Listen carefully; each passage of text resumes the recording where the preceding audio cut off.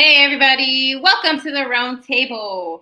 And as you can see here, there's 3 out of 4. Last week it was 2 out of 4.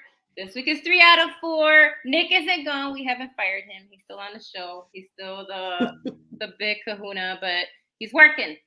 So, that's why he's not here. I just want to make sure everybody knew that. I know it's been a couple weeks since y'all see Nick, but I wanted to make sure everybody knew Nick is still around, part of the round table. He's just working, so he couldn't make the gig tonight. So, all right, let's get started. To the right of me, I think. Sorry, it's hard to tell from this direction. But we'll just go to next to me. How about that? She's right there. She's right Hi, there. everyone. And below. Let's see everyone. Oh, sorry. Go ahead. Yeah, go ahead. Oh, hey, how y'all doing? Hey, y'all. We don't. Nick, how you doing? It's good to see you, bro. He's driving his Zamboni, and yeah, I'm very happy to be here. I don't have nothing. I got food maybe later, but not. This is the first show. Hey, milestone. Milestone. First show in ever that we have done. I have zero food in here or zero food en route. So you got my full and undivided attention. And I might not stutter over my words because I won't be thinking about my wings over here from the barbecue chicken Korean side of the road with the peppers, the green onions on it. Did a very delicious place. Oh, I might be thinking about that for you. Sounds good. Yeah. Apparently, there's one in Chi-Town. You might want to go check it out. Oh, well then. It's a bit of a chain. There's one. It's like 5 minutes from my house. Oh, It's really? What's it so called? good. BBQ chicken. Oh, okay. Yeah. I'll have to check it out then. Thanks for the tip. It's all Korean chicken flavors and stuff, so it's so good. Well, y'all didn't know y'all tuned into an episode of Diners, Drive-Ins, and Dives, huh? I will talk about food anytime. On the next trip to Flavor Town. But first, we got to stop off in Chicago where the Bears did. That's where, now back to you, Delilah. That's where we go. I love it. All right. So let's get the show on the road, y'all, with our first segment.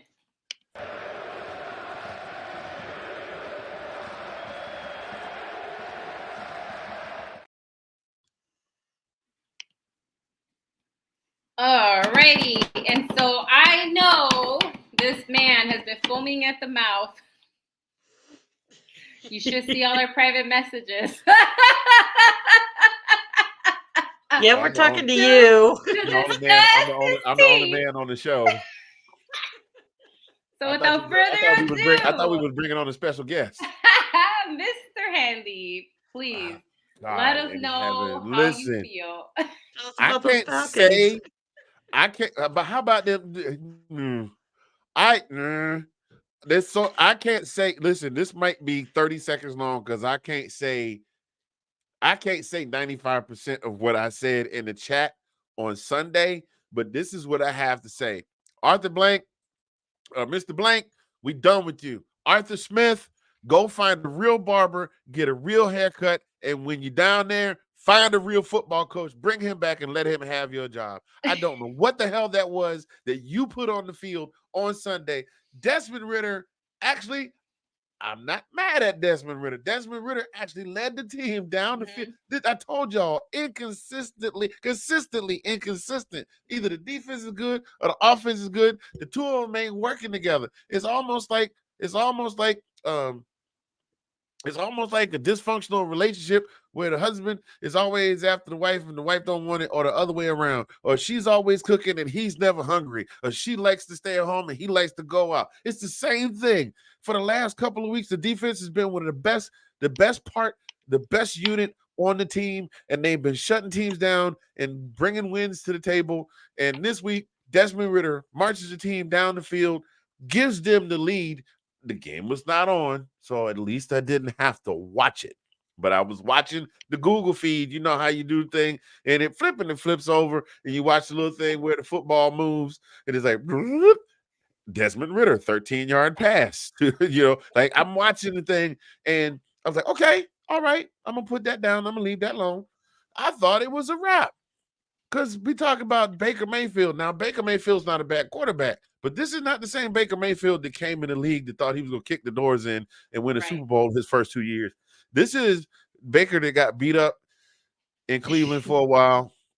He got And chewed on by a pit bull. seriously, he got chewed up and spit out and chewed up. And you know how sometimes, not to be too graphic, but a dog will get sick and come back to it and eat it again. That's how they did Baker Mayfield in Yeah. Cleveland. And then they They sent him did to him wrong. wasn't he in Carolina? They sent him to Carolina, and then he's struggling in Carolina. Now he's in Tampa Bay, and it's almost like falling out of the frying pan, to use an old analogy, into the fire, because Tampa Bay.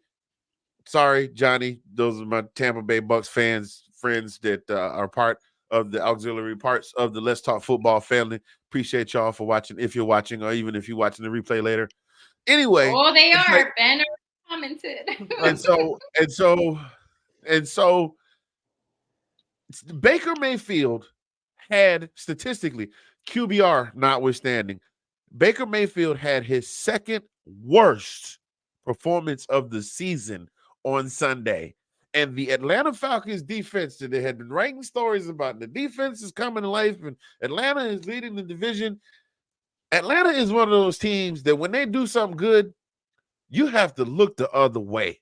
Because the minute that somebody says something good about Atlanta, they turn right around and mess it up. Atlanta is like your homeboy that's like, he got a crush on this girl, and he's like, yo, man, go talk to a girl for me, man. Go talk to a girl for me, man. And you're like, nah, man, I ain't gonna talk you up. Every time I talk you up, you do something dumb. No, I promise I ain't gonna do nothing dumb. And then he, you keep, he's like, all right, you don't do nothing dumb for 3 months. I'm gonna talk you up. He's like, all right, bet, got you. So 3 months, my man has got his stuff together, and he got his stuff together. It's like, all right, I think my man got his stuff together. The minute you go and say, hey, my man won't holler at you real quick. Next thing you know, you see the police leading him out of the school in handcuffs leading him out of the school in handcuffs because he stood up in the middle of class and called the teacher. You know what? She told him that 2 + 2 does not equal Jello. So that's exactly what the Atlanta Falcons are like. It's like, I was just getting ready to be like, okay, here come the Dirty Birds. Yeah, we're not gonna win the Super Bowl, but we go into the playoffs. And then they messed around and got led out of the stadium with handcuffs on because they told the teacher 2 + 2 equal Jello, and the teacher said wrong. And I'm tired. I am so tired. I'm really, Atlanta, y'all are about one loss away from losing a diehard lifelong fan. I played for a little league team called the Falcons. No. How could I grew up in Georgia. I played for a little league team called the Falcons. I got a picture of me on Facebook holding a little helmet and everything. I was about 8, 9 years old. Y'all about another bad loss away from. I could see if y'all were just fighting it out, like another game we gonna talk about later, and just happened to lose. But losing to Tom Brady with a 25-point lead, and y'all are a game away from losing a fan, and I am not playing. I'm serious. I love Atlanta, but it might be time after 53 years to get off the wagon and find something else. I love Atlanta, and I'm telling you, and it's not because Atlanta has been bad, but if they was at least trying, they're not even trying now. They just like, well, let's go ahead and get through these 60 minutes and get these game checks. You know what I'm saying? And we all beat up at Magic City. I heard they got good wings. Anyway, do something. I'm about to go. I'm about to get my Herman Boone on. I'm gonna get my whistle, and I'm gonna come break my foot off in your John Brown hind parts, and then you will run a mile. I'm done. Oh, sorry, but I mean, you are tied for first. Sean is right. That is a three-way tie. Yeah. Tied for first. It's a three-way tie. We tied to be the worst. We tied to be the worst best team in the conference. The worst. We tied to be the best team in the worst conference. I'm just saying, you can still get into the playoffs though. You're not completely out though. We ain't gonna win. We ain't gonna win. I'm calling it now. If we win the division, I will be shocked. I tell you what. I tell you what. I'm so very sure that the Atlanta Falcons are not going to win the division. Here's what I'm going to do. Here's your cancellation, and look at him. At least you're not the Panthers. Hell, the Panthers are actually trying. Atlanta is not. I am so sure that Atlanta does not win the division. He's saying Sean That will bet you that y'all get the Beer. division. all right, Sean, I got you. I don't know what you're willing to put up, but this is what I'm willing to put up. I this year got back into my fitness routine. Now, as of late, work has really been whipping my butt, so I've been going, but I haven't really been getting a lot out of my workouts. I am so sure that the Atlanta Falcons are not going to win the division. That if the Atlanta Falcons do win the division, it's gonna have to be something I can record, and I probably have to do it live. I am going to do, because right now I can't do any more than about 40 push-ups consecutively, if that. I will do 50 regular hand U.S. Army standard push-ups, 50. I haven't done that many push-ups consecutively in about 15 years. I will do 50 regular Army standard push-ups live on Facebook if Atlanta wins the division. I am afraid to do that because I have a shoulder that just pops sometime when I go, I got a question. So I that's how sure I am that Atlanta is not going to win the division. And I am willing to put myself through some sort of physical torture. Okay. If they do. Ooh, oh man, Anthony, 50. I don't know what Sean. I don't know what you're willing to put on the table. Sean, is you got a little bit, a little less than a little more than a decade on me. I don't know if you want to do some push-ups. You could do something else if you lose. But if Atlanta wins the division, I would do 50 Army push-ups, and the last 10 I would do close hand. Oh my God.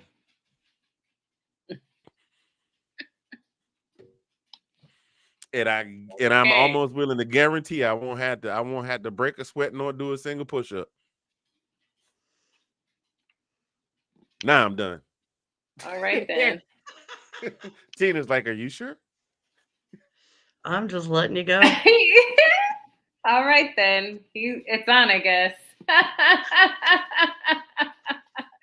Get it?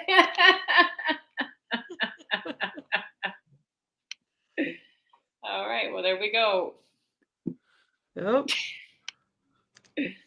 I mean, a bet was made. We'll see. Hey, Sean, make sure you clip that. I don't know. You're going to have to clip it because it took me 3 minutes to explain the bet.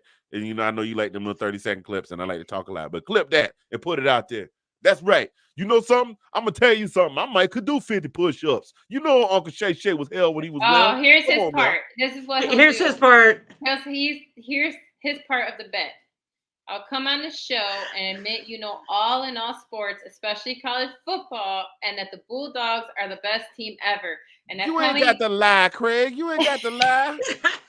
I never said I knew all things. I'm just telling you how bad Atlanta is. I don't think they're going to win the division. And that's how sure I am that they're not going to win. So I've been watching the Falcons be Falcons for a long time. You going to come on. While eating a sub.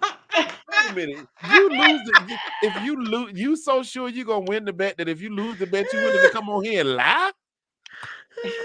And drinking a beverage. With some wings. Let me tell you. That would be a lot, especially the Bulldogs part coming from a Tar Heels fan.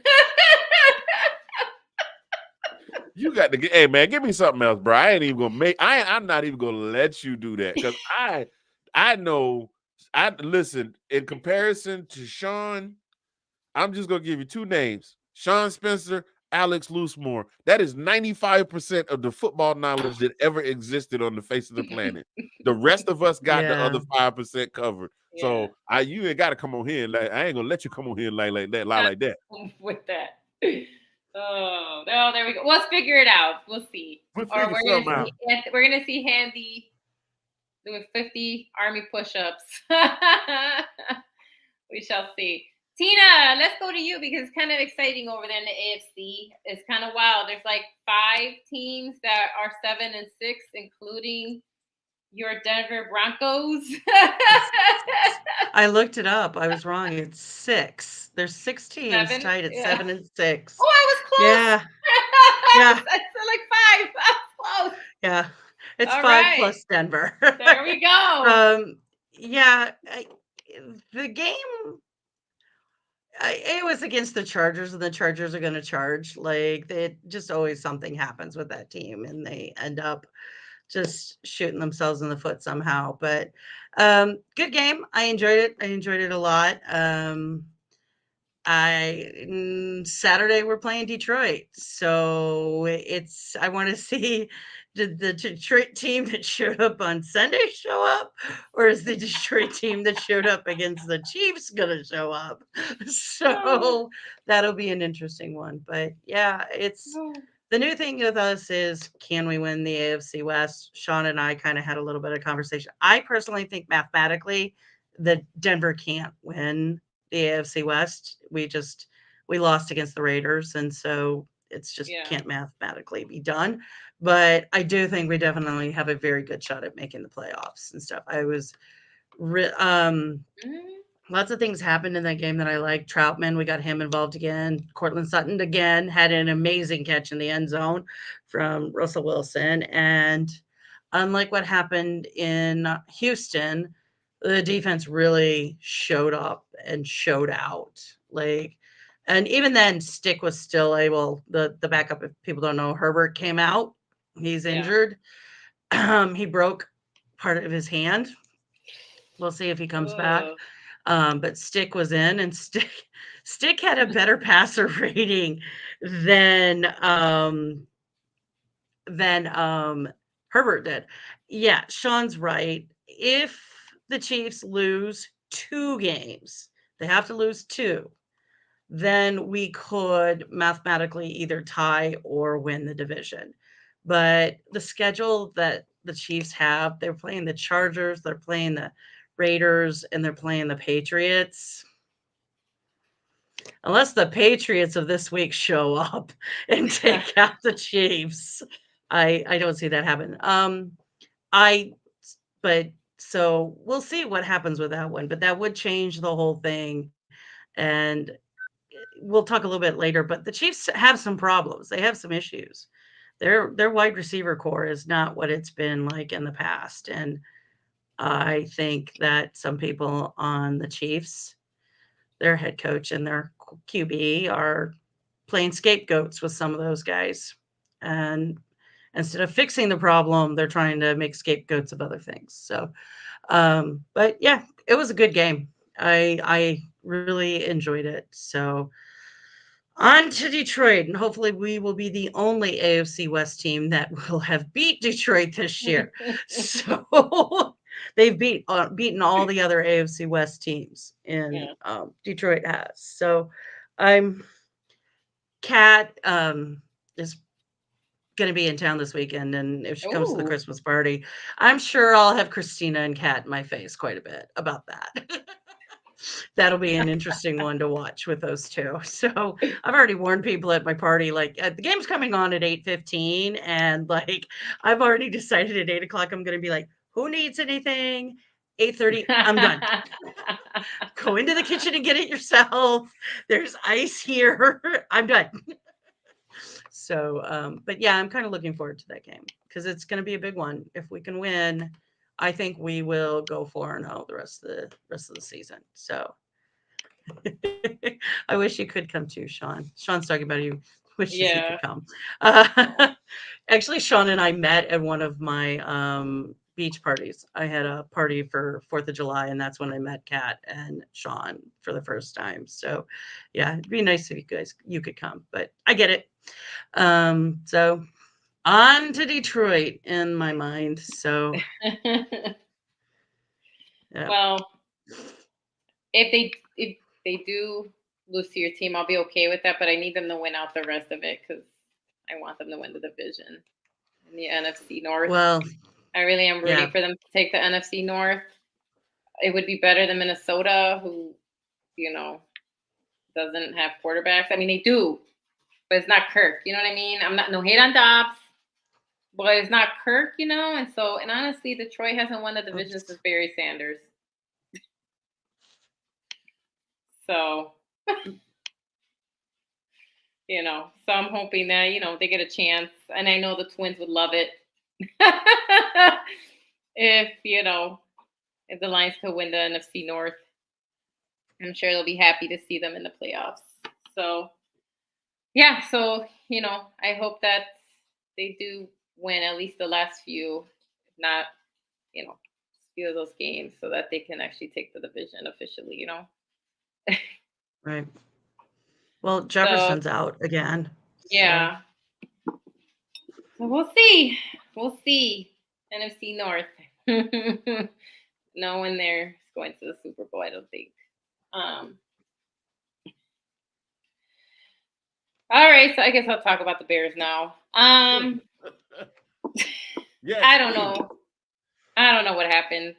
Listen, I believe in the players, and I've said that for a while.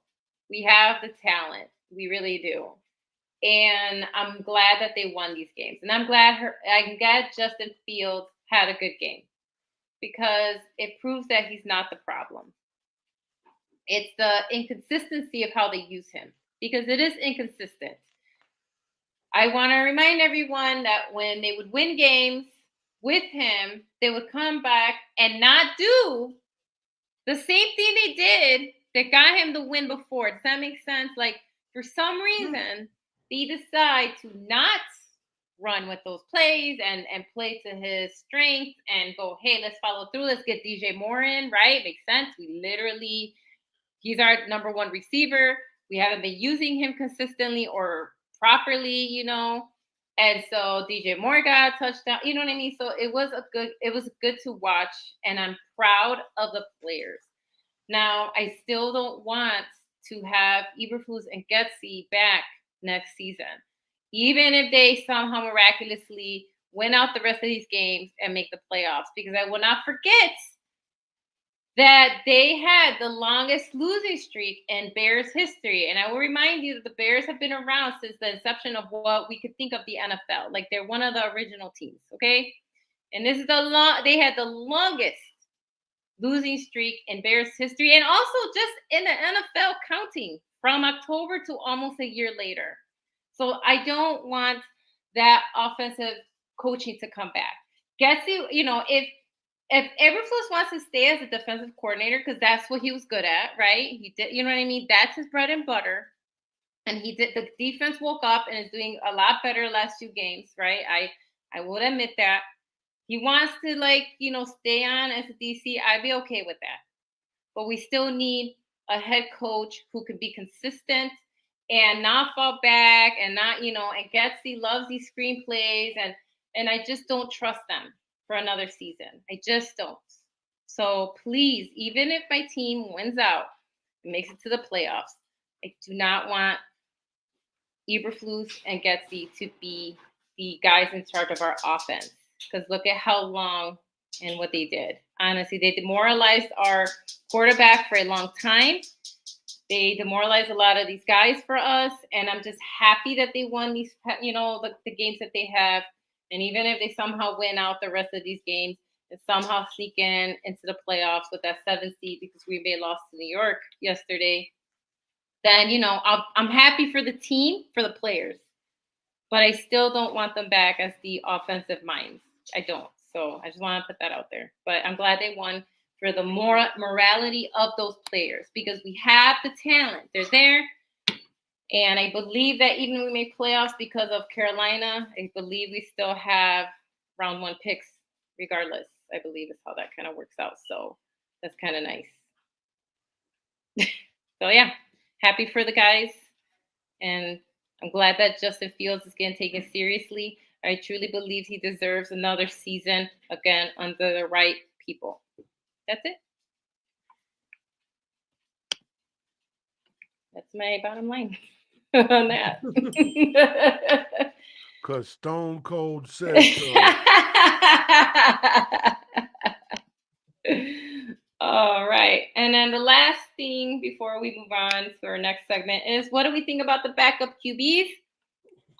We saw Anthony. Let's talk about the quarterback that you were really, really kind of proud of, and that's Mr. DeVito, not Danny DeVito, the actor, but Mr. Hey, look. Tommy Hey, DeVito. Danny DeVito has done wonders for Jersey Mike's image, public image as of late. I'm just saying. I mean, people thought his career was done when he did Taxi, and then Taxi went off the air. But then he started doing movies with Billy Crystal, throwing Mama from the Train, Oh man, I love you that movie. know, and things like that. Honestly, to tell you the truth, um, I didn't even know who the hell Tommy DeVito was until they trotted him Mhm. out on the field after Danny Dimes got you know and it's funny. It's funny. Anytime I talk about somebody that's of Italian descent, I have a very good friend that is from Queens. He's second generation Italian American from Queens, and I start doing the thing and the hands and all of this stuff.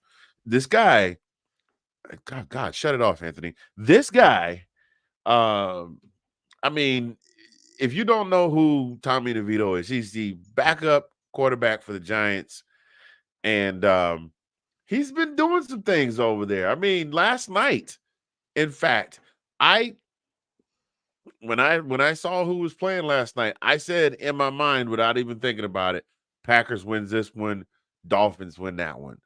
Boy, was I ever wrong.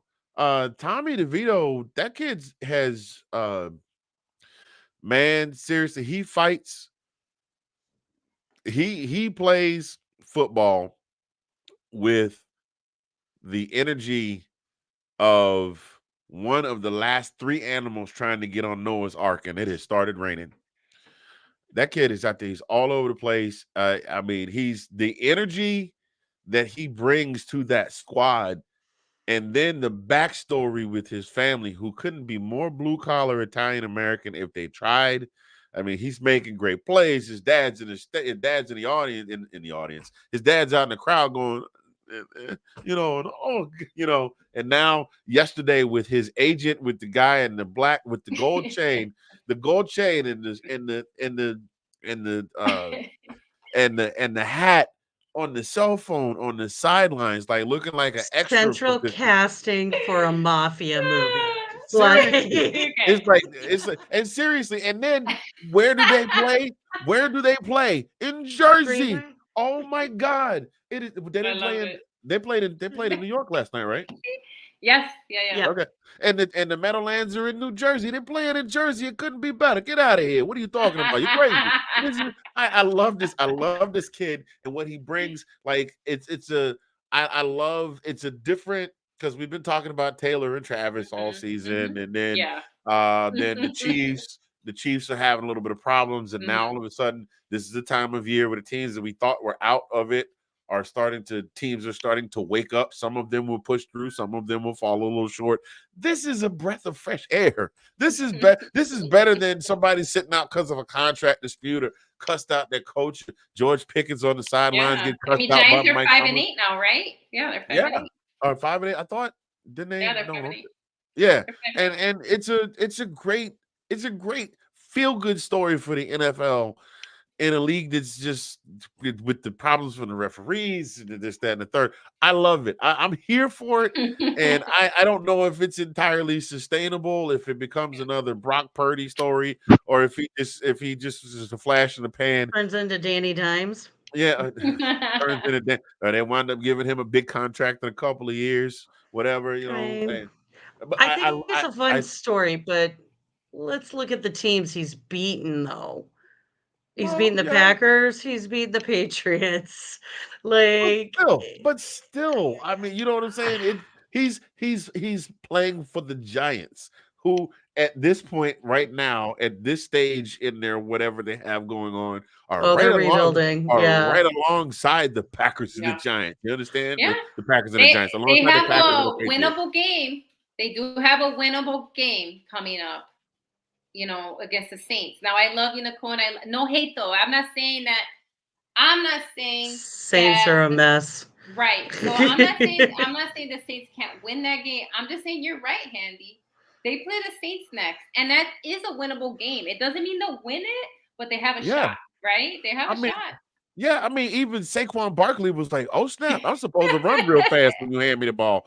And now, granted, he did have Yeah. that late fourth quarter fumble, but still, Danny Dimes. And then, of Yeah. course, since we're talking about it, little did we know that 34 years ago, when this African prince got on the plane and flew to New York City for the first time ever in his life, and because he wanted to use the bathroom by himself for the first time ever, that he would predict the outcome of last night's game.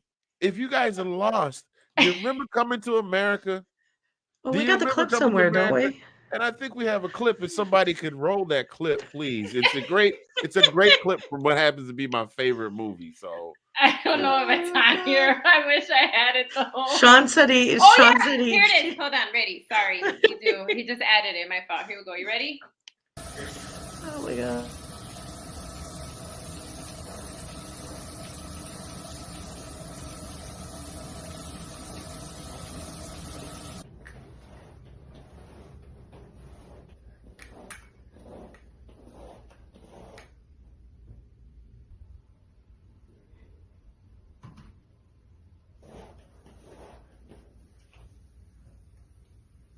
Mr. McDowell, What is it? sir, I was wondering if you happened to catch the professional football contest on television last night. I didn't. Oh, it was most exhilarating. The Giants of New York took on the Packers of Green Bay, and in the end, the Giants won by kicking an oblong ball made of pigskin to a big H. It was a most ripping victory. Son, I'm only going to tell you this once. Yes. If you want to continue working here, stay off the drugs. Yes.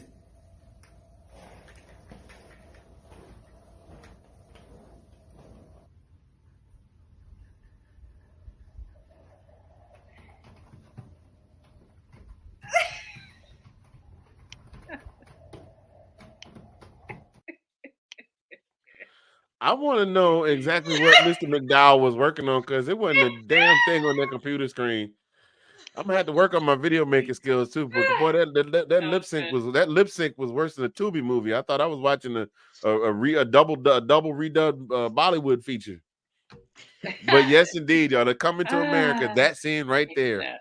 Prince Akeem predicted that the Giants of New York would triumph over the Packers of Green Bay by kicking an oblong spear made from the skin of a pig through an upright edge. H.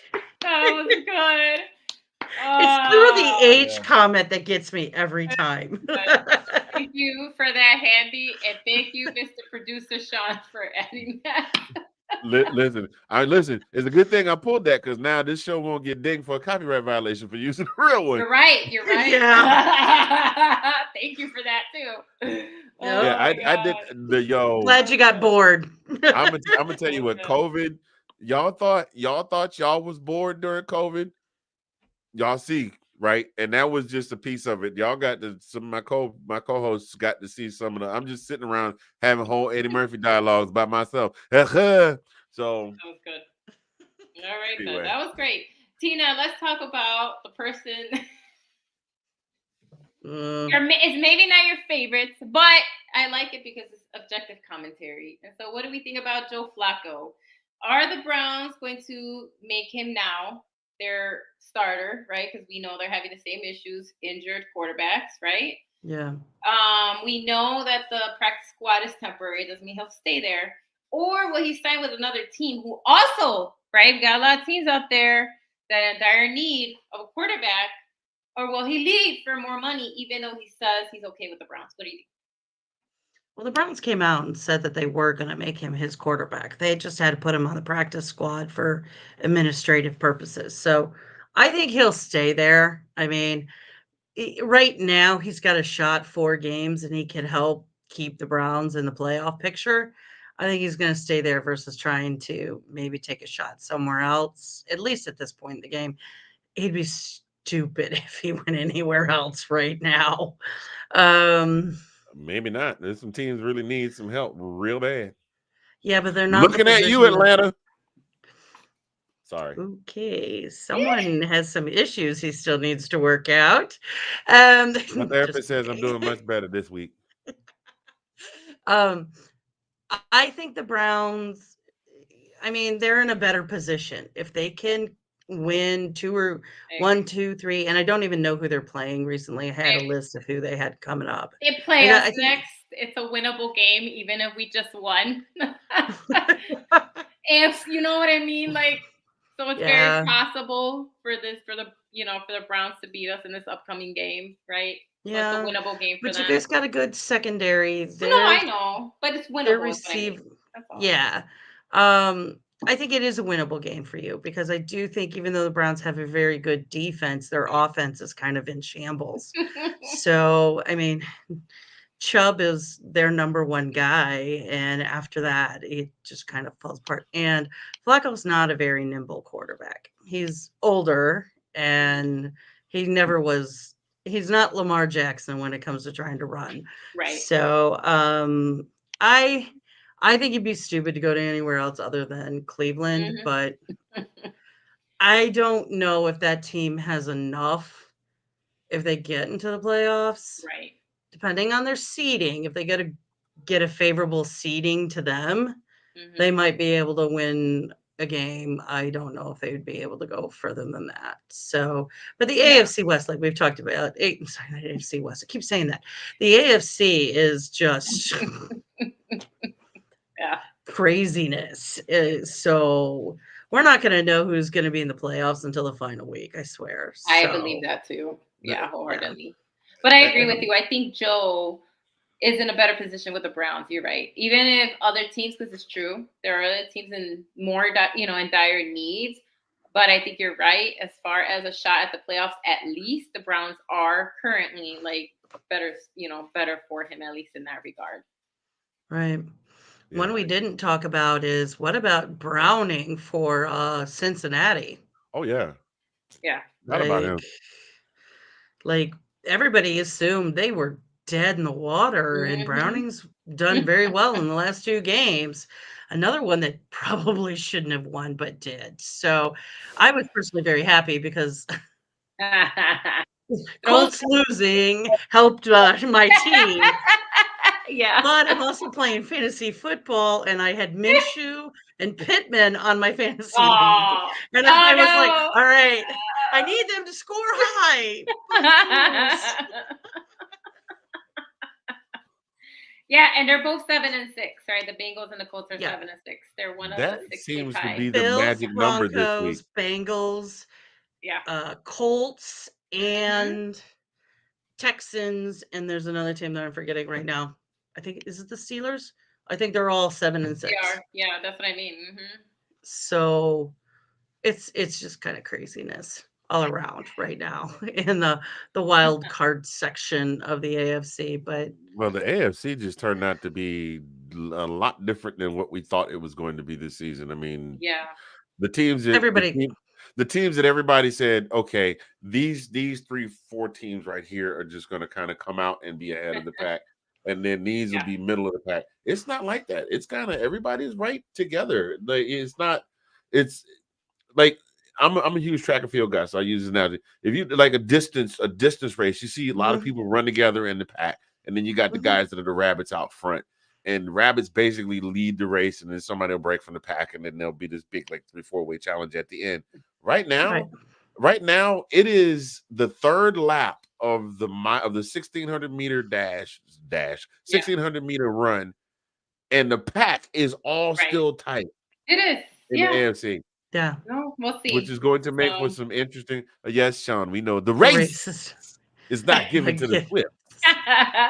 True. Yeah, you're welcome. I set that up just for you, sir. But yeah, that's where we are right now. It's this late in the season. You normally got these teams have pulled away. These teams are in the hunt, and it's not even the only team that's Yeah. really out in the AFC is what the Ravens, I think.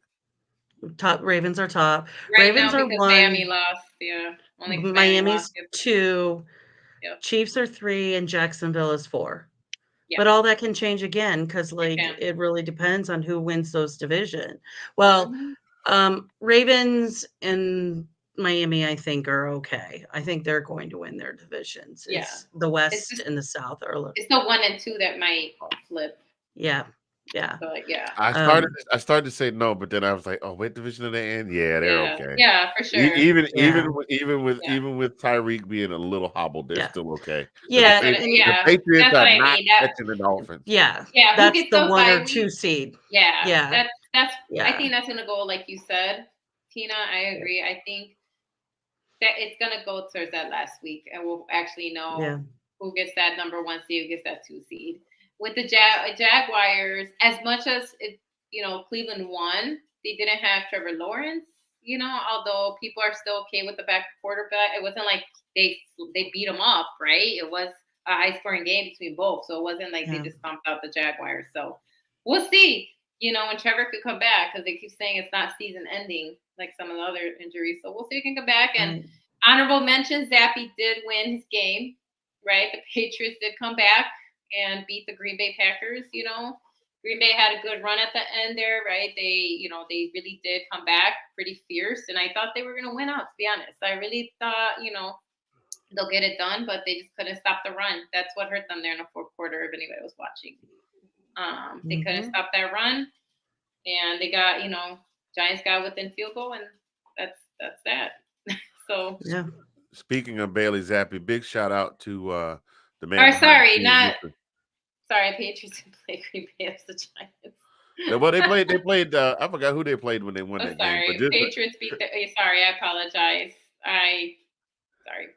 But Patriots but did win their game yesterday. yeah, but shout out to the man behind the scenes, Steelers. Mr. Sean They beat Spencer. the Steelers. Sorry, Mr. Swinton. That's what it was. I apologize. They beat the When Steelers. when Mr. Zappi was still in school, Sean was telling me all about this kid named Bailey Zappi, and I had an absolute field day just behind the kid's name alone. And I was like, hey, I don't know if he gonna do nothing, Yeah, but I mean, apologies for and that. he Yeah, thank started you. throwing That's what I corrected myself. Thank you. throwing out his stats and stuff, and I was like, I don't know. Smaller Yeah, school kid, we'll see. Now yeah. he's in a not so great situation right now in Foxborough, but he was impressive. He was impressive. He Apologize. kept Yeah, it he cool, threw kept his 3 head about him. touchdowns. Yeah. Mm-hmm. So I had to message Sorry. him and say, your boy putting on a little show tonight. But yeah, you're right, Sean. I corrected myself as well. Thank you for that. I'm like, wait a minute. Wrong team. All right. So, all righty. Thank you for that. Anybody else want to chime in with these backup quarterbacks? What do we think? Did they sustain it? Um, I don't know. What do you think? What do you think about these backup quarterbacks? Can these guys sustain it and get their teams into the playoffs? Those in the race, can they get them there? What do you think? We'd love to hear from you. Yeah. I mean, kind of like what I said, I think Flacco has the best chance to keep their team going into the playoffs. I'm still a little, even though I love Tommy DeVito's story and everything, I'm still one like what Sean said. It was Washington was the other team that he beat. Like the 3 teams he's beat, yeah, he's beaten them, but it's not been pretty. He's not quite Brock Purdy, like you referred to earlier. We gotta see what he can do. But he might have just given them enough to have well, I'll say that he's not going to take Danny's position from him. They just gave him an extension. He's coming back. There's no Oh yeah, doubt about for that in sure, my mind. for sure. It's fun. But It's something fun. It's something that's fun to watch from all of the other crap that's just going on all around the league. mhm, It's fun to watch. It's like, oh my God. I mean, I know he's been out of the league for a while. I was like, oh my God, we're not talking about what did AB do this week, or you know what I'm saying, or who did what, or who got pulled over for drunk driving or whatever. It's it fun. It's like you got this kid that nobody thought about that managed to get a spot on the team that's out there taking full advantage of the moment that he had. It might not equate to anything big for him in the future, but he's taking full advantage of the moment that he has. And that's kind of the thing that every coach, every football coach across the country preaches to these kids. If you work hard and you stay dedicated and you stay motivated and you work hard and you motivate, dedicated, you motivated, you can maybe you can make it to the NFL. You can make it to the NFL and be something. And this kid he's taking full advantage of his 15 minutes. Yeah. And it's right. also bringing, I know we should probably wrap this up. It's also bringing exposure to programs that a lot of people know about, and other ways that people have been able to get into the NFL, like with Bajet from Shepherd and all these other places that you can find people that you can find talent anywhere. You just got to be able to do the time and do the look, and as Delilah said, find the right coach for him so he can do well. So, all right, I'm done. All right. All right. Let's move on. I didn't realize we're going to take 45 minutes talking about quarterbacks. Sorry, guys. All right, Yeah. here we go.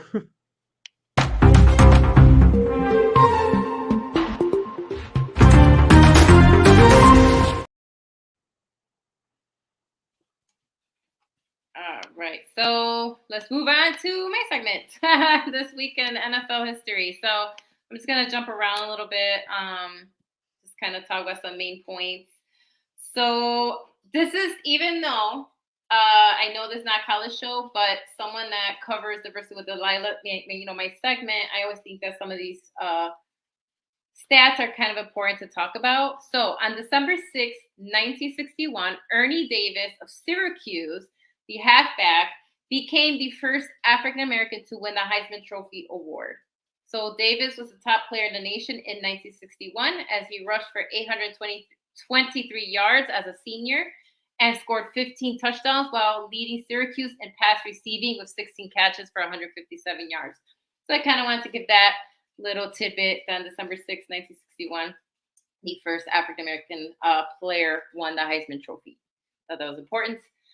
Moving on to December 7th. I don't know if anybody knows why that day is important, but it is a day that will go down in infamy, right? December 7th, 1941.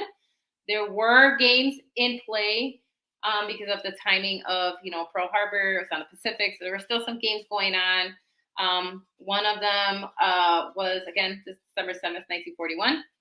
One of them was Chicago Bears versus the Chicago Cardinals, because, yes, there was a time when we had two teams, the Chicago Cardinals and the Chicago Bears, and they played at Comiskey Park because a lot of our teams actually played in what we use now. Although Comiskey Park doesn't exist anymore, sadly, but they played in a lot of our baseball stadiums before they got their own fields. But anyway, so this was like the finale of the regular season game. The attacks hadn't happened yet, so that's kind of why that didn't come into the conversation yet. And so December 7th, 1941, the Bears beat with Mr. Quarterback Sid Luckman, 34-24. Now, moving on to the second game of the day, on December 7th, 1941, in the Big Apple, the Brooklyn Dodgers football team, that's right, because that's who they were before, the Brooklyn Dodgers football team dismantled the New York Giants 21-7. And as soon as that game ended, I want you to imagine being in that stadium when this happens, okay? As soon as that game ended, the PA announcer at the game, according to the Pro Football Hall of Fame, by the way, announced that all military personnel must leave and report to their units in the midst of the fans enjoying the last game of the season to celebrate, which was considered that day Tuffy Lehman's Day, because just like today, right, they honor a great player during the game. And so they had to leave. So all military personnel, as soon as that game was over, a PA came on. It's like, all y'all have to report to your units ASAP, right? And that's basically kind of what happened during that game. The third game that was going on during the attacks was at Griffith Stadium in Washington, D.C. The stadium management, they decided not to announce the Japanese attack on Pearl Harbor to a crowd of nearly 27,000 people at the Washington versus Philly game, per the Boundary Stones website. The next morning on the Evening Star, people were kind of questioning why, they didn't end the game or why they didn't say anything. But a lot of people believe that the owners decided that they wanted to allow people to have one game where it was celebration and they didn't have to think about war, right? And so they're saying that that's kind of why the Washington team decided not to say it. So it's again, some people feel that it was done to keep the fans distracted for a short time before they got that serious news of war, right? And so that's kind of, so those were the 3 games that were playing during the attacks of Pearl Harbor on December 7th, 1941. Alrighty, so let's move on to December 9th, 1934, the NFL Championship, also known as the Sneakers Game. So here's what happened during that game. At the Polo Grounds in New York City, a rematch of the 2 teams that played in the 1933 League team, the title game, because remember this is before Super Bowl era. The Chicago Bears and the New York Giants faced off. The Bears entered this game as the favorites because they hadn't lost all season, and they had beaten the Giants during the regular season a couple of times. However, it was a wintry game, and so that was kind of the great equalizer. Joan Mara, which was the Giants treasurer, interesting that this guy was paying attention, noticed that the turf on the Polo Grounds was basically a sheet of ice. And so Mara ran down to the coaching staff and talked to Coach Captain Ray Flattery about the field. And Flattery, the coach, thought about a game that he played when he was in Gonzaga College, and they played on a similar icy conditions. And what they did is they switched off their shoes from cleats to basketball shoes for better traction. And so Flattery thought about this, and so that's why it's called the Sneaker Championship. So basically, both teams were struggling on traction, and then at halftime, the secret strategy was unveiled, which is he had his core receivers and backs put on basketball shoes because the equipment guy, they sent the equipment guy to a neighboring college to get the team's basketball shoes. And so during halftime, those receivers put on these basketball shoes that they had on loan. And so they came in with new shoes. They gained the advantage and scored 4 touchdowns in the final stanza and surprised the Bears by beating them 30-13. And so that's why that is considered the 1934 NFL Championship as the sneaker game. So that's kind of where that came from.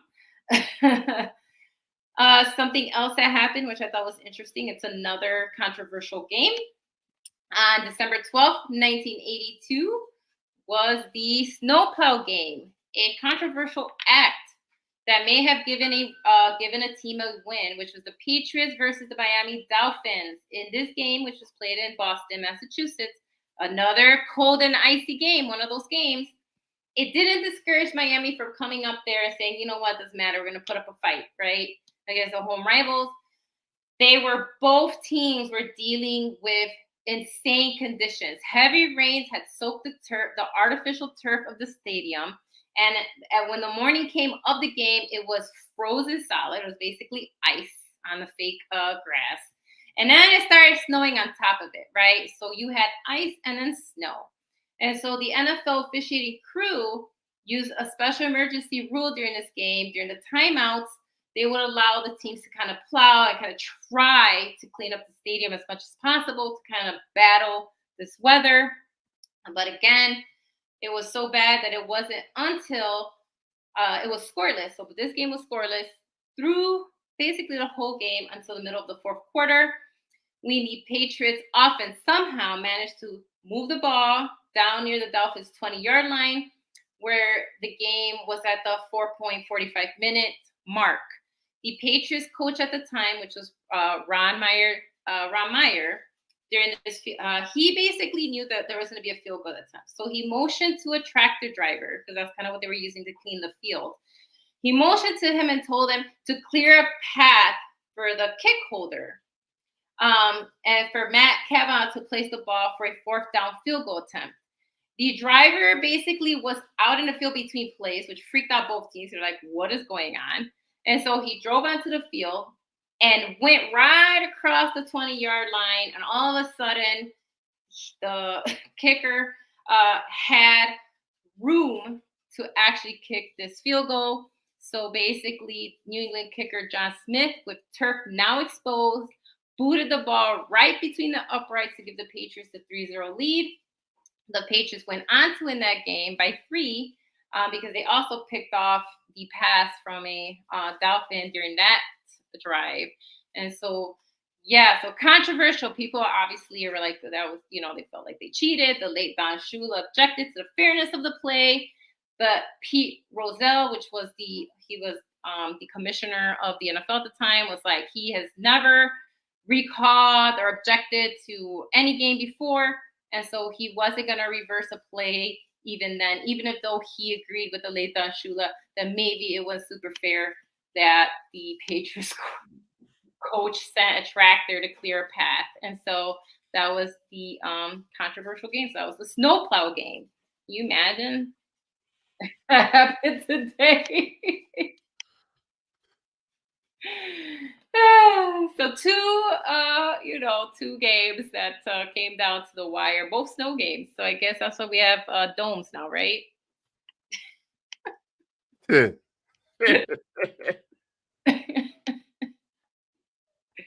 You're muted, Tina. I just realized that. That's why they want us to be in domes. That's why all the Super Bowls are under domes. So, I mean, interesting choices by both coaches of both of these games. It would not fly today, guys. Don't try that. No. Right, here's our rules and policies. Anything that happened before 1990 back would never be allowed. Don't do would it. Never be shown.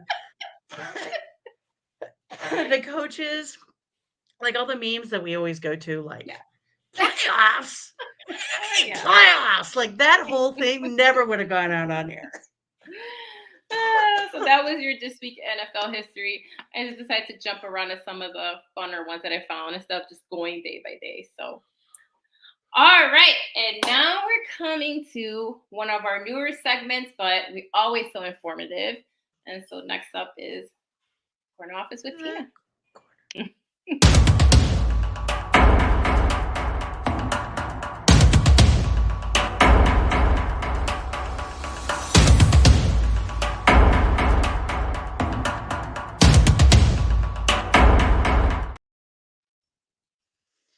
All right, guys. Well, like always, we are going to I'm going to start out with the top corners. Number one is somebody we all know. You probably even know it before I say it. It's going to be Bland. He's at Dallas. He has 8 interceptions, and he has 14 passes deflected. So he's number one in the NFL of our corners. Number two, I think we've talked about him a couple earlier in the season, but he's from Jacksonville. He's Darius Williams. He has 4 interceptions and 19 passes deflected. Oh, yeah. Gotta love the way I'm saying things once in a while. I'll blame the cold medicine. That's all I gotta say. And then at number 3, we have a Debo from New Orleans who has 4 interceptions and 14 passes deflected. So I'm going to get into the second one. And as I called it a foot offside. So everyone's very, very aware of the ending to the Chiefs game on Sunday, which while I was very happy for, and it's caused a lot of, everybody knows Tony, I forget how his name is said right now. I believe it's Tommy. Tommy had a foot inside the neutral zone. So before the ball was even snapped, they threw the flag. According to the rules, it's not an immediate stop. They allow the thing to go, but they called the touchdown back. And he said he was a foot offside. And then everybody kind of saw Mahomes' reaction. And then on Monday, Andy Reid came out and said, like, well, the refs need to tell the wide receivers whether they should give them a warning. And they were trying to make it all like it was kind of the refs' fault and all of this, which I've done a little research into this. And actually, the person who did the most research into this is Dan Orlovsky. He went through all the tape, and Tommy was offsides by foot out of 3 to 5 plays, depending on whether it would be called offsides or not. So he was a serial. He was doing this all game. He was not lined up. And Reid was wrong. He did backtrack today and said that the way it's supposed to work is that Tommy can look at the ref and ask the ref if he's lined up in the neutral zone. And if he is, the ref will tell him and then he can move. Tommy didn't do that on the last play. So there's a lot of rigmarole, a lot of people, Chiefs fans are not happy because that was the end of the game for them. They lost a game that they probably might have needed to win. But I was doing some research, and it turns out that in the beginning of the year, the league specifically told the teams that they were going to be focusing on offensive offsides, and that this was something that the refs were being told to look for and to make sure didn't happen as much. So last year, I'm looking, they only called it twice last year. This year, they've called it 11 times. So, no matter what Mahomes and Reed and the Chiefs are saying about this, and other people are jumping in too, like Peyton Manning has come in and said he doesn't like the rule. Robert Griffin the third has come in and said he wants to change the rule. Like they think it should be an immediate, like, stop the game. If it's offsides, it's stop the game.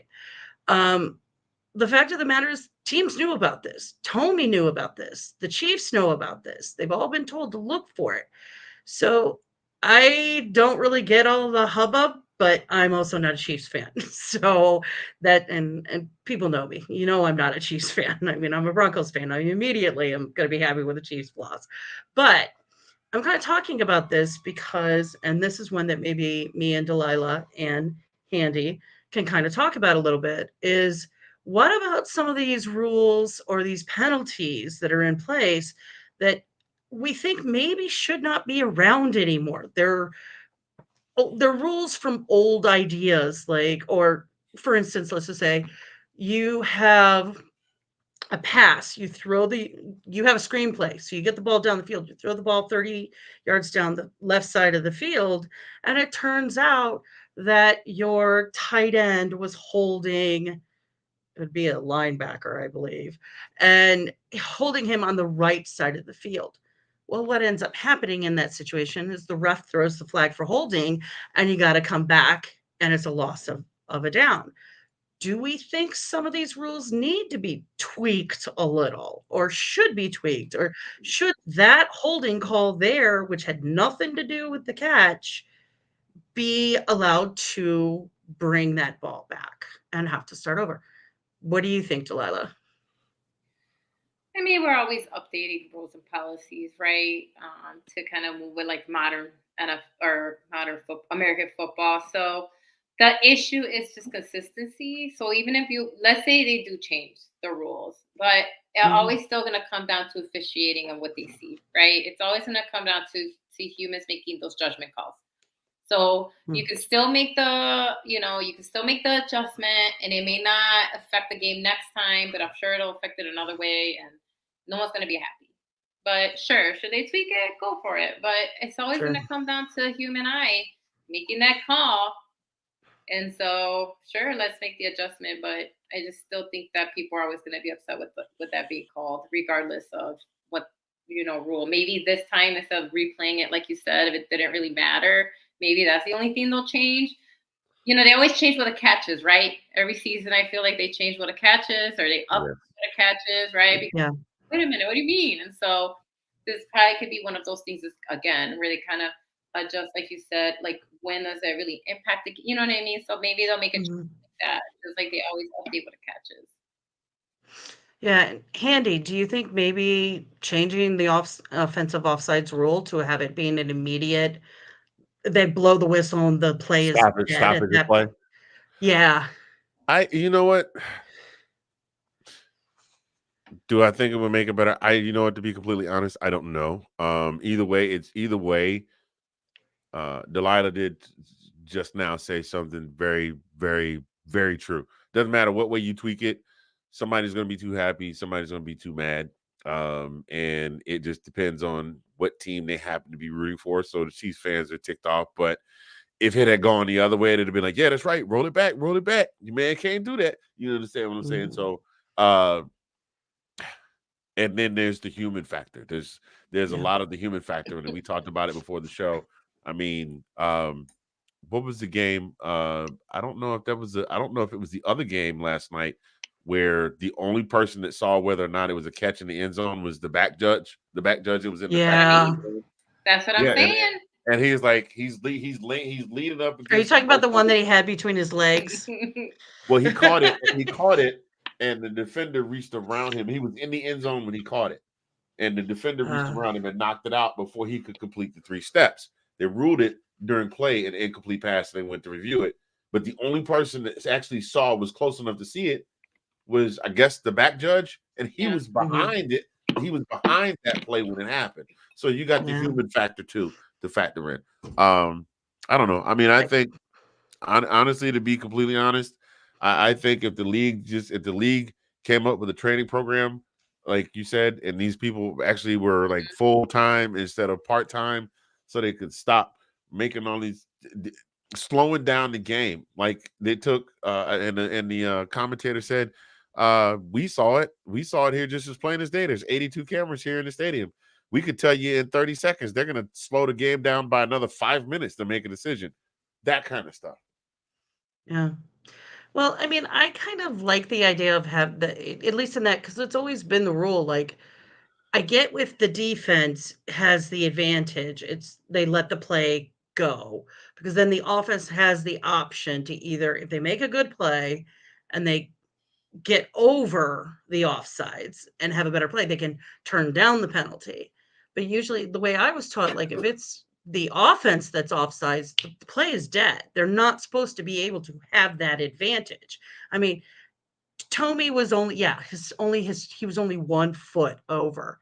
But that 1 step over can be really important when you're talking about with these wide receivers and the way they cut and the way they work to try and get the cornerback or the safeties off them so they can make their catches. So, all right, well, I just kind of wanted to talk about that because it was a big brouhaha these last couple of days, and I think it's something that kind of needed to be discussed a little. And this might be one, as we've always learned, like we now have the tuck rule because of that situation. We have the catch, and all these things happen because big plays happen with bigger stars and other bigger players in the league. And then you get X big stars commenting about it. This might be one that the competition committee and the rules committee might actually look at to see if they might want to change it, especially since the league was saying we are going to specifically be looking for this. So, all right, well, that's it. Doors closed at the office and back to Delilah. All right. Back to the studio. No, here we go. All right, up next.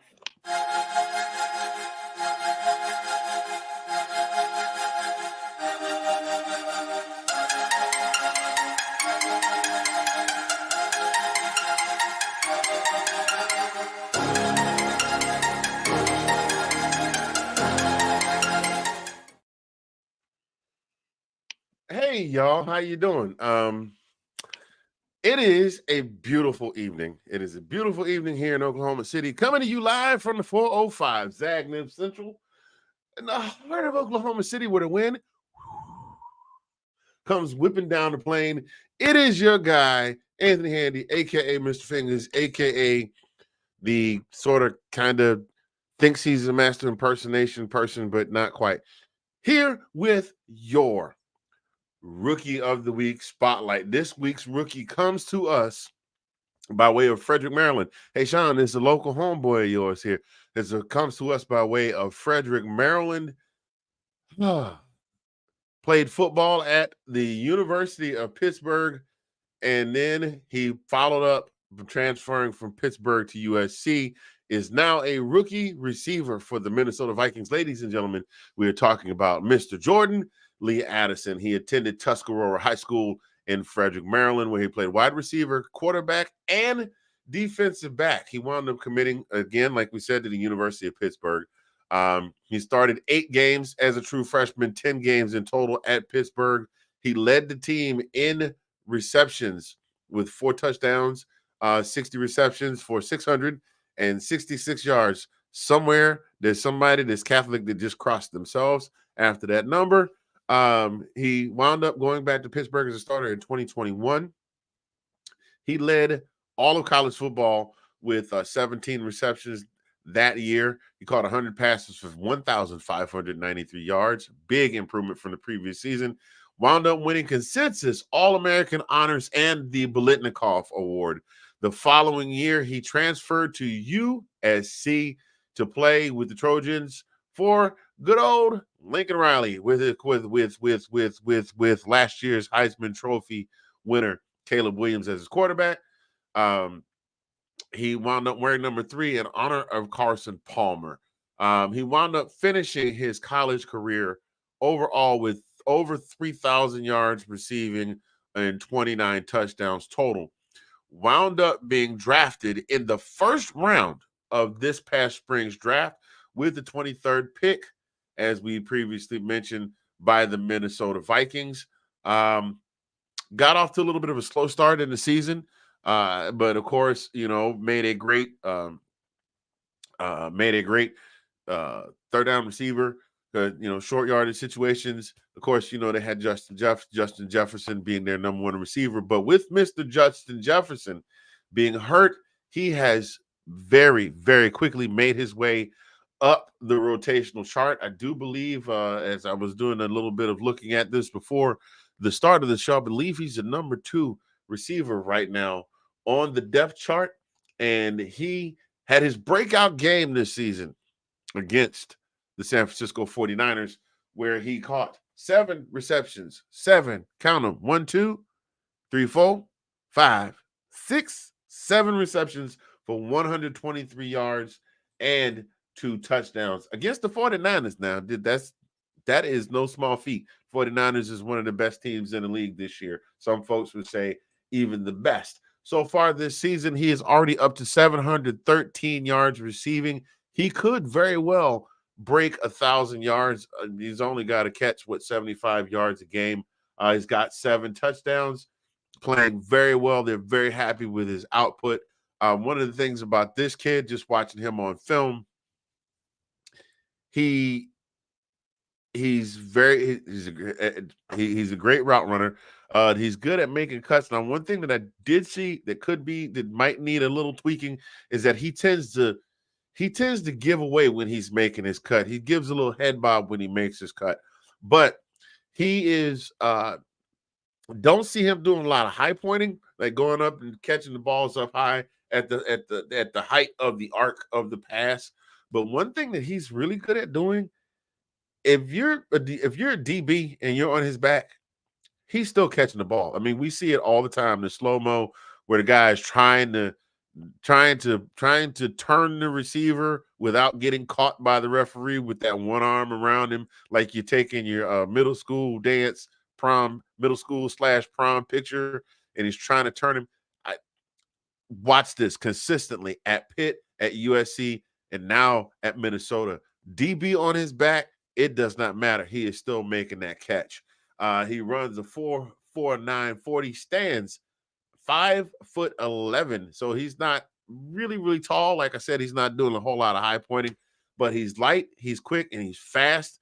And if he catches the ball and he's got a couple steps on you, hey, Craig said it best. You're not catching no crackhead. So, ladies and gentlemen, this young man came to us by way of Frederick, Maryland, and I have some ties to the DC area, having lived there for 20 years. So I definitely want to see a young homeboy from the DMV do well in the league. It looks like he's well on his way. Ladies and gentlemen, I am Anthony, and this has been your Rookie Spotlight. Jordan Addison, Minnesota Vikings. Thank you very much. Back to you, Delilah. Ooh, nice. Hopefully he does pick up for Jefferson. They need it if Minnesota wants to keep their playoff hopes alive. So, all right. For sure. Yeah. I mean, I mean that. Like, there are a lot of guys that a lot of receivers playing both now and have played in the past. Legendary receivers, and a lot of those guys don't care much for contact. All you got to do is tap on them a little bit, and they're not gonna catch the ball. This kid literally, if you go back and watch the footage, I mean, there are DBs literally on his back, and he's got it. So I think he will do. My catchphrase: "He do great things in Minnesota." So you know, that's all I right. got. Yeah, thank you for Falcons another still suck. wonderful. Oh Lord, let's wait for the bet. Let's see what happens.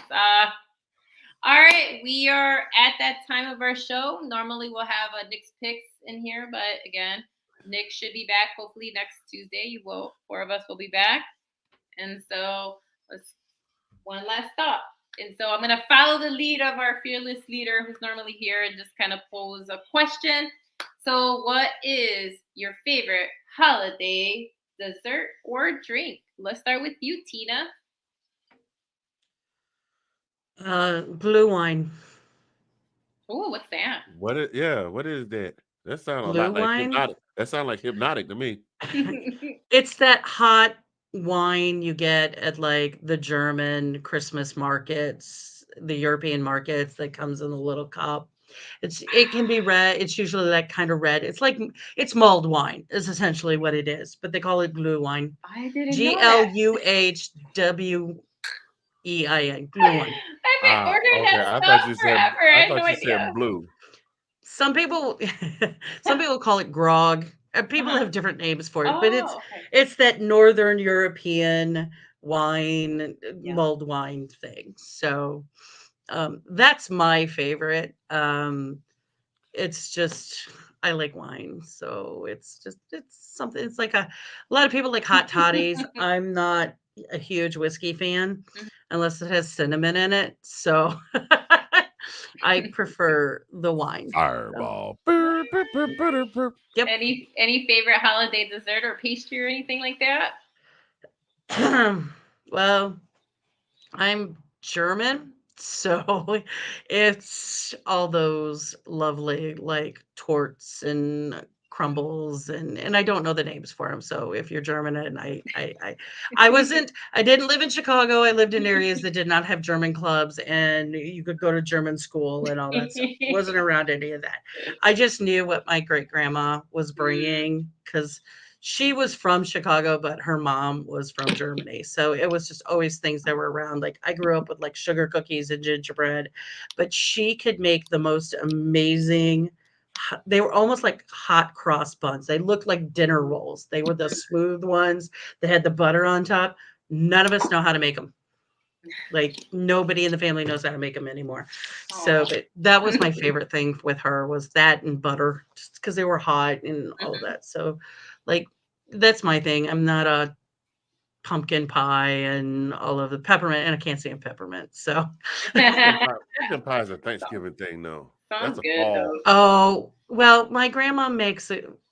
So her daughter, my grandmother, makes a really good rhubarb pie that she would also do during Christmas, which that's what she was kind of known for. And I'm picky about dessert. I'm not a huge Hey. sweets person. I'm a fan of For me, yeah, like my favorite Christmas cookie was the pretzels that you melt the chocolate and it have like the M&M in the middle, Yeah. or the ones that had the Reese's peanut butter cups that you would pop out the top and eat the Reese's peanut butter cups. But I do like a good German sugar cookie, tort, those kinds of crisps and crumbles. So Sounds good to me. that's for me. Ooh, that sounds good to me. All right. Handy, what's your favorite holiday drink and dessert or pastry or whatnot? I don't really have a holiday drink. You know, and, oh, by the way, Doesn't have to be alcoholic. You can say that- coffee. well, that's what all the most of the holiday drinks that I know of have some sort of alcohol in them. Like it used to be like it used to be the adult eggnog. Is what I used to like to drink. But and then as far as my favorite was red velvet cake because that was the only time we would have it was at Christmas. Yeah. And then my grandmother would make it with the pecans and pecans in the cream cheese icing. But now you can get red velvet cake any day of the year. Not that I do, I still get some for my birthday, but that was used to be my favorite. Now, one that is near and dear to my heart, not necessarily my favorite, and you can also something you can get at Christmas is the Royal Dance sugar cookies, the 10. Yep. We used to always get a 10 of those at Christmas, and that's like my father, even though he in the condition he's in, I still send him a 10 of cookies every. It's just a sentimental thing for me because he would get them and we would sit and watch the football games and watch the ball games, and I'd always get that pretzel cookie with all the sugar on it. Just put it in my mouth. And in January, you go to your grandparents' house and you would open it up thinking it still had cookies, and it would have like grandma's sewing supplies in it. Right. Yeah. Right. I like that that's universal. Yeah. So those are Right. definitely my two favorite. I didn't really get into gingerbread until maybe a couple of years ago, and I like it, but still Red Velvet and the Royal Dance cookies. Those are my two favorites. All right. So for me, it's coquito. And it's not Puerto Rican eggnog. People keep calling it that, and it's like it's not. So in Puerto Rico, we make it with basically like their version of like moonshine. But here we use rum. And so we're gonna, and so coquito is just a spiked holiday drink made from like coconuts, and it's just delicious. And so like the base of it is coconut and the condensed milk and all of that, and then we use rum. So that's like my favorite holiday drink. When it comes to pastries, I'm kind of like Tina, where we do a lot of like cheesecakes. We love cheesecakes. Specifically, like we'll turn our flan. I don't know if you have, it's like a custard. And so we like combining flan and cheesecake. And so that's always good. It's that delicious. Sounds good. Yeah, it's really good. And so I'm not a fan of flan, but that sounds good. It's delicious. And so I always look forward to like those, like the combinations of those. And we always bring a lot of like the pastries, like the turnovers and stuff like that. And so I always look forward to those as well. Like I don't hate pies, but I'm not a super pie person. So, so I always look forward to like the little torts as well and the little pastries, and but definitely like the cheesecakes and then the flan cheesecakes together. Those are like my favorite holidays. I forgot coffee cake. I grew up with that, like on Christmas mornings, staying at grandma's house, whichever grandma we were at. We always had like coffee cake in the morning, and it would just be the Entenmann's coffee cake that she got at the store, but heat it up, throw stuff on it. Always love that. That's my thing with pies. I'm like a fruit pie person if I'm going pie.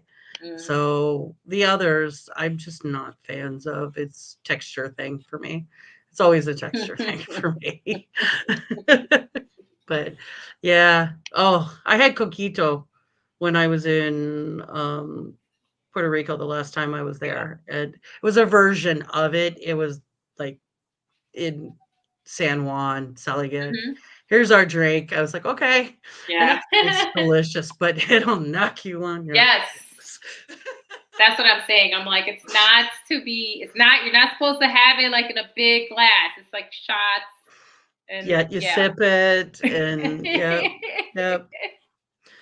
Yeah, the first time I had it, someone described it to me as Puerto Rican eggnog, and I don't like eggnog, so I was like, I don't think so. I'm gonna try it. At all. Yeah, and I was like, this is nothing like eggnog.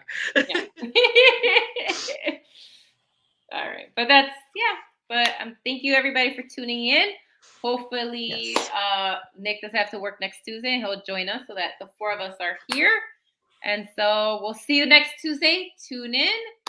And we'll see you next time. See you next time, everyone. Bye-bye. Peace, love.